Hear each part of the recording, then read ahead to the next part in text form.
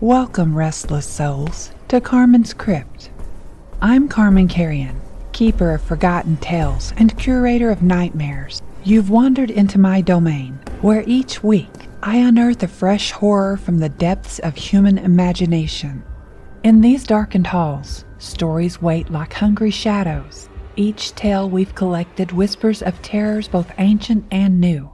From crumbling mansions where something skitters behind the walls, to that strange text message you received at 3 a.m. from a number that shouldn't exist. So gather close. The candles are lit, the shadows grow long, and the witching hour is upon us. Are you prepared to face what lurks in the darkest recesses of Carman's Crypt? Lock your doors, still your nerves, and remember, here, every fear comes alive. This is Carman's Crypt.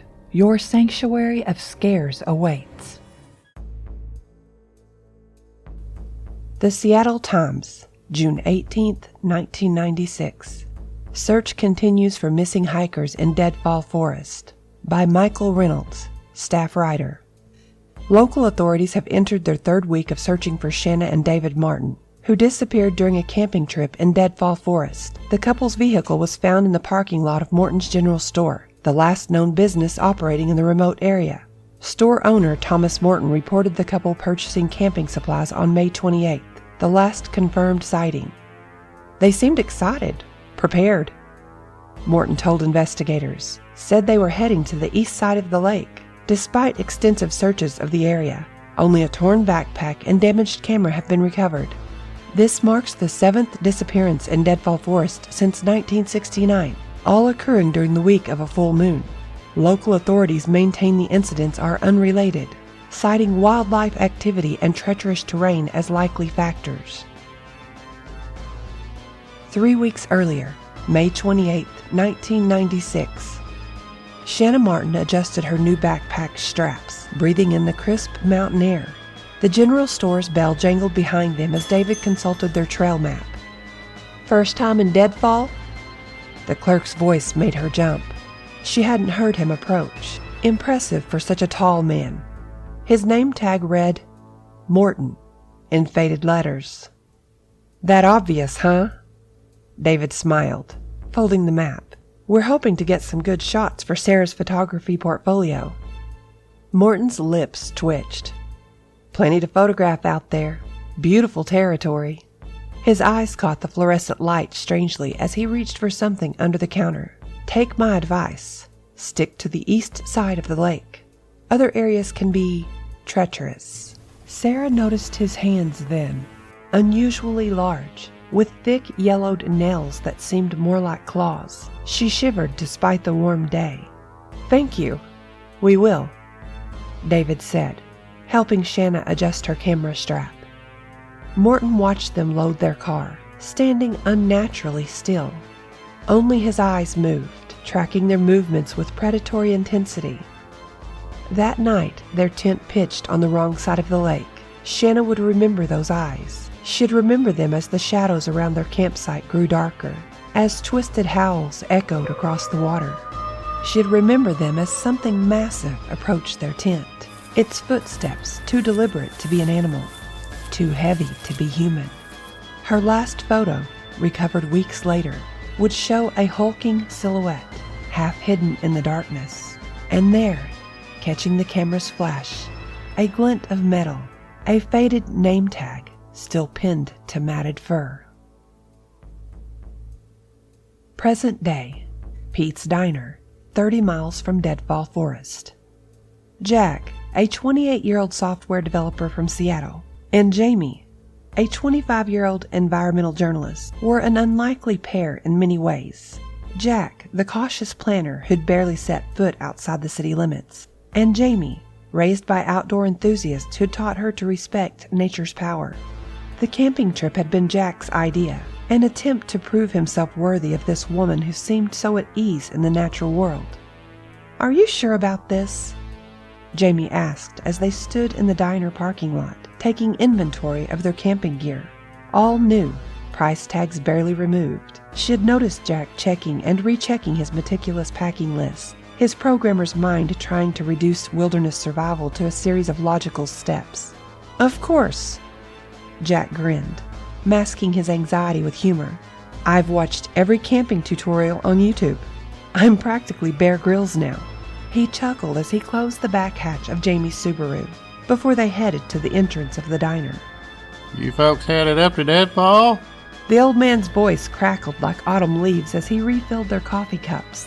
Jack nodded, showing him their trail map. Pete, according to his grease-stained apron, set down the coffee pot with trembling hands.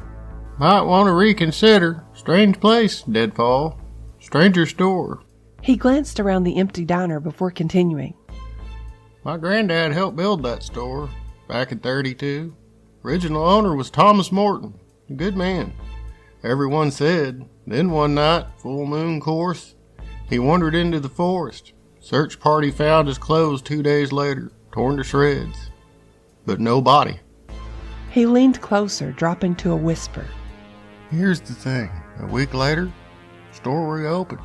The owner called himself Thomas Morton, too. Looked just like him. Claimed to be his cousin. But old-timers like my granddad, they noticed things. How his hands seemed wrong, too big. How he never aged." Pete nodded slowly. "Sure was. Same Morton's still there, as far as anyone can tell. Folks who look too close at the dates tend to go missing, especially during full moons." He straightened up, adjusting his apron. "But that's just local legend, mind you. I'm sure the camping's fine this time of year." The bell above the diner's door jangled as he walked away, the sound eerily similar to another bell they'd soon hear. Neither Jack nor Jamie noticed how Pete's hands shook as he wrote their bill, nor the way his eyes caught the light just so, reflecting gold for just a moment. Their next stop was the exact local general store that they had talked about with the waiter earlier, the only outpost for miles around Deadfall Forest. The bell above the door jangled discordantly as they entered, and Jamie immediately noticed something odd about the place. Though well stocked, every item on the shelves seemed to have a thin layer of dust, as if rarely touched.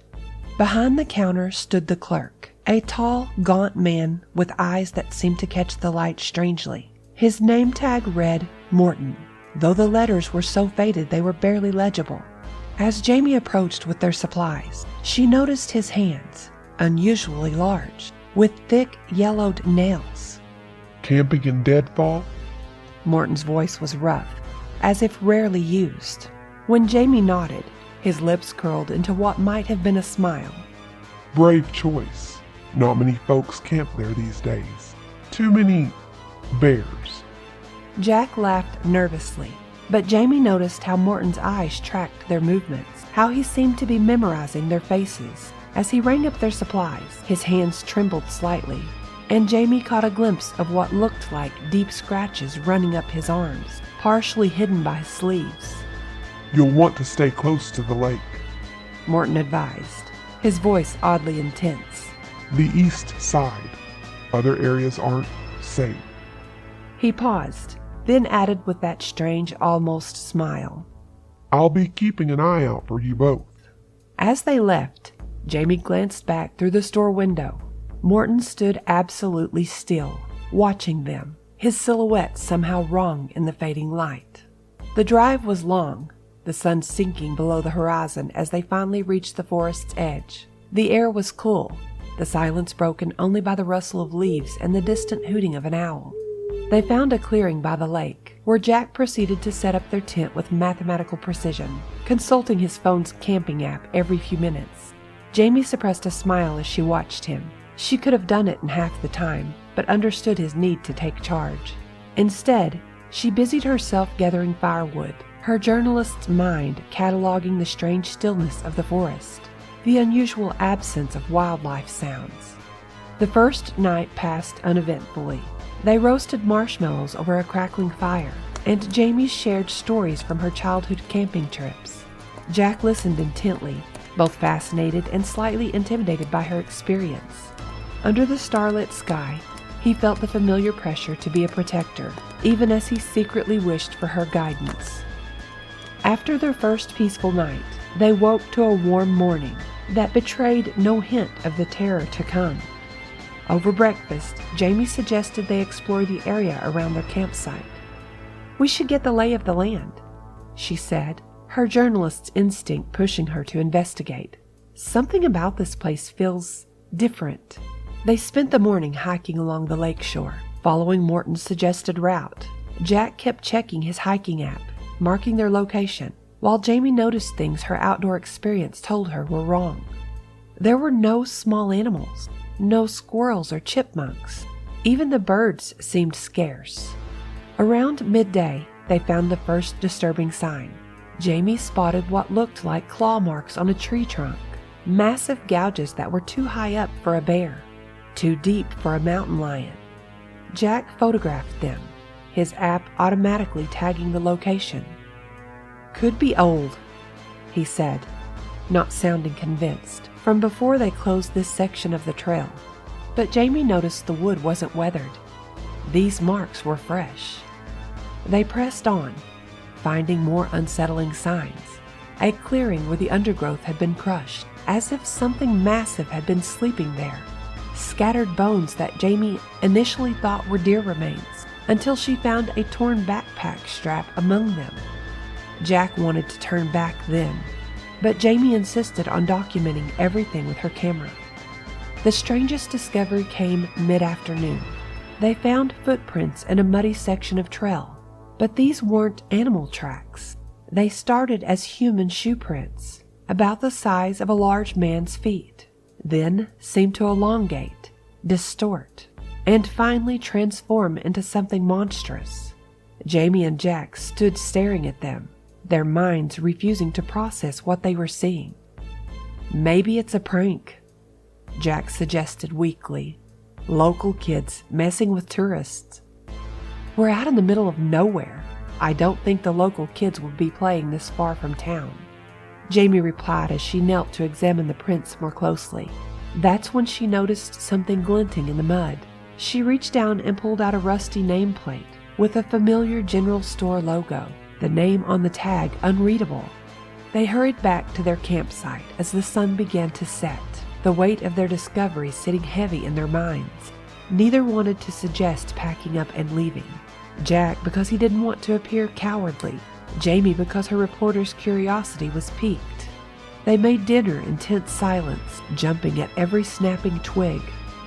As darkness fell, Jamie organized the photos on her camera, while Jack tried to distract himself by tending the fire. Neither mentioned the growing unease that something was watching them from the deepening shadows. That's when Jack remembered Morton's strange smile, his insistence they camp on the east side of the lake. He was about to suggest they move their tent when they heard it, a low growl that pierced the silence of their second night in Deadfall Forest. Despite their growing unease, exhaustion from the day's discoveries eventually overcame them. They double-checked the tent's zippers and huddled close together in their sleeping bags, the weight of their camping gear arranged in a protective barrier around them. Jamie wished she had insisted on bringing a gun, but Jack had been adamant about his statistical analysis showing that bear spray was both safer and more effective, citing 3 different wilderness safety studies he had found online. The fire died down to glowing embers, and the forest's oppressive silence finally lulled them into an uneasy sleep. They had been asleep for a few hours when Jack awoke with a start. A sound, a low growl, had pierced the silence. He sat up, his heart pounding, straining to hear anything more. Jamie stirred beside him. "What's wrong?" she whispered, her hand finding his in the darkness. "I heard something," Jack replied, his voice tight with controlled fear. He reached for his flashlight, top-rated on Amazon, he'd proudly told her, its beam cutting through the darkness. Outside, the forest was still, the trees casting eerie shadows in the moonlight. Jack unzipped the tent flap, peering into the night. Nothing. He was about to dismiss it as his imagination when he caught a glimpse of movement in the distance, a pair of glowing eyes watching them from the tree line. He quickly retreated back into the tent, his heart hammering in his chest. "There's something out there," he told Jamie, his voice barely a whisper. She noticed he was shaking, but trying to hide it, still clinging to his role as protector. Fear gripped them both as they lay there, listening. Every rustle of leaves, every snap of a twig sent shivers down their spines. The growling returned, closer now, more menacing. They could hear heavy footsteps crunching through the undergrowth, circling their tent. Jack grabbed the bear spray and a knife from his backpack, his knuckles white as he gripped the knife handle. Jamie's mind raced through everything she knew about wildlife encounters, every lesson her parents had taught her. This wasn't like any animal behavior she'd ever heard of. "Whatever it is, it's getting closer," Jack said, his voice strained but steady. Despite his fear, he positioned himself between Jamie and the tent entrance. She felt a surge of affection, even as her practical mind told her they needed to work together to survive. The creature outside let out a roar, shaking the very ground beneath them. The tent walls rippled as something large and heavy brushed against them.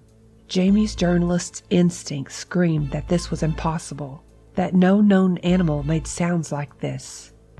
Suddenly, the tent flap was ripped open, moonlight flooding in. They looked up to see a monstrous silhouette filling the entrance. It was huge, its fur matted and dark, its eyes glowing, its claws long and sharp, glinted in the moonlight. The beast lunged, its roar echoing through the forest. Jack thrust the knife forward, his tech work hands steady despite their unfamiliarity with weapons. The beast was too quick, swatting him aside like a toy.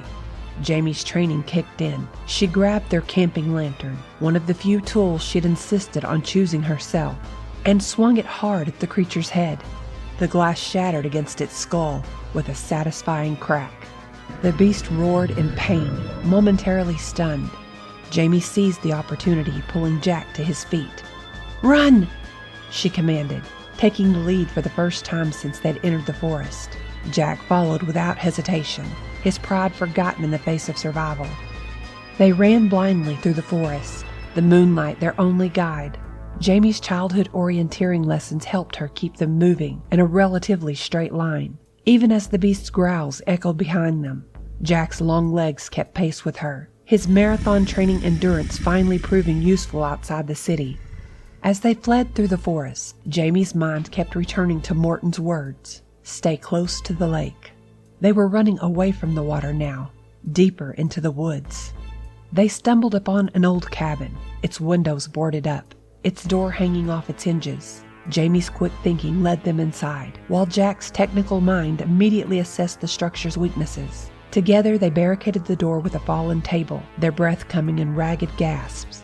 In the cabin, as they huddled together, Jamie suddenly remembered something else. When Morton had handed her the receipt, she had noticed a calendar on the wall behind him. Every full moon was marked with a red X, and tonight's date had been circled. They huddled in a corner, listening for any sign of the creature. The silence was deafening. Minutes turned into hours, the night dragging on endlessly. They dared not sleep, their eyes wide with fear, their ears straining for any sound. Just as dawn began to break, they heard it, a scratching at the door, followed by a low growl. The beast had found them. Desperation set in. They searched the cabin frantically for anything that could help them. Jamie found an old shotgun mounted on the wall, its barrel coated in dust. She grabbed it, muscle memory from childhood hunting trips with her father taking over, as she checked the weapon. Her heart leaped when she broke open the action. 2 shells still nestled in the chambers, their brass tarnished but intact. She quickly checked the shells for signs of corrosion or damage, relieved to find them still firm and solid. Just 2 shots. They would have to count. The scratching grew louder, the growls more insistent. The door creaked under the strain. Jack analyzed the cabin's layout, quickly calculating angles and positions. There! He pointed to a spot that gave them the best vantage point while maintaining cover. But as it burst through the door, Jamie saw its eyes catch the moonlight, and recognition struck her like lightning. She had seen those eyes before, across a counter just yesterday. The beast, Morton was upon them, its grotesque form a twisted mixture of man and monster. But Jack and Jamie weren't helpless city folk anymore. As Jamie fired the shotgun, the blast caught the creature in its chest. The cabin filled with smoke as the beast stumbled backward, its roars turning into pained whimpers. Blood matted its dark fur. And there, glinting in the moonlight, a tarnished name tag still pinned to its chest. Morton. The wounds only enraged it. The beast lunged again, eyes blazing with inhuman fury. The same strange, light-catching eyes that had watched them from behind the store counter. Jamie's second shot caught it in the head, the impact throwing it back. But still it rose, shaking off the injury like a mild annoyance. Jack grabbed Jamie's arm. "Run!" They burst from the cabin into the pre-dawn forest, the creature's howls of rage following close behind. They could hear it crashing through the undergrowth, injured but far from stopped. Each thundering footfall brought it closer, its breath hot on their heels. The first rays of sunlight pierced through the trees. The beast's howl suddenly changed pitch, becoming something between a roar and a human scream. When they dared to look back, they saw Morton's form twisting in the morning light, fur receding, claws shrinking, until the store clerk stumbled after them on two legs, his yellowed nails still grotesquely long, his hands still unnaturally large. The transformation slowed him enough for them to escape, but they knew it wasn't over.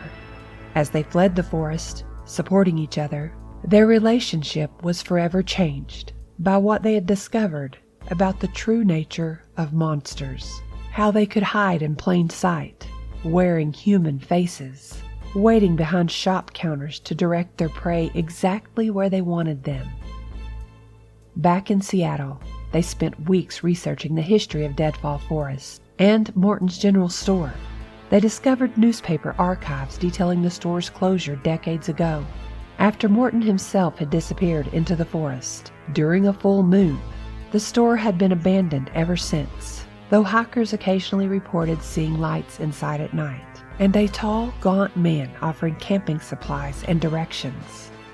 They told their story to few, and those who heard it dismissed it as trauma and exhaustion. But whenever they traveled now, they noticed things they hadn't before.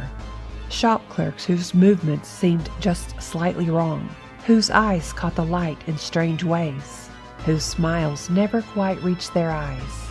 They became careful about which stores they entered, especially near forests, especially close to the full moon. They still went camping, but never again near small, isolated stores that seemed too quiet, too dusty, yet somehow still open for business. Their love had grown stronger, tempered by terror and survival, but on a shared understanding that true monsters don't always lurk in the depths of the forest.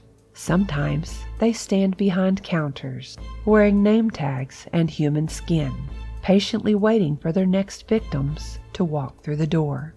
And Morton's general store?